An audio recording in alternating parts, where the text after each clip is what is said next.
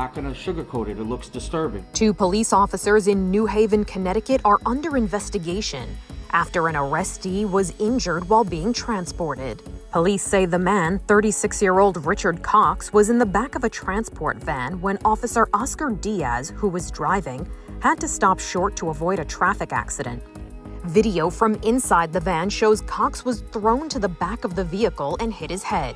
He told Officer Diaz that he was hurt, and while the officer called for an ambulance, he continued to drive to the detention facility at the police department. Police officials say that was a violation of protocol. We have a policy that says if someone's in distress in a wagon, you pull over, you call for medical assistance, and you wait.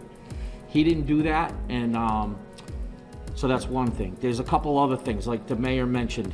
He's processed in a wheelchair and brought to a cell.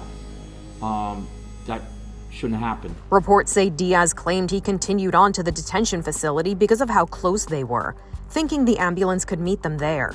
Police say once the van arrived, Cox was unable to move and needed to be pulled out of the van.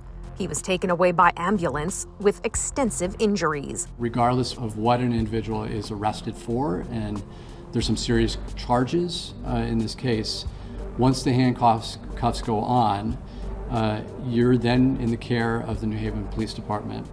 And there's an obligation to treat every individual in a manner that ensures their safety and well-being. The city's mayor says he was concerned by what he saw in the videos. Officer Diaz and Sergeant Betsy Segay, who was managing the detention facility at the time, are now on paid administrative leave pending an investigation by the state police. For Inside Edition Digital, I'm Mara Montalbano.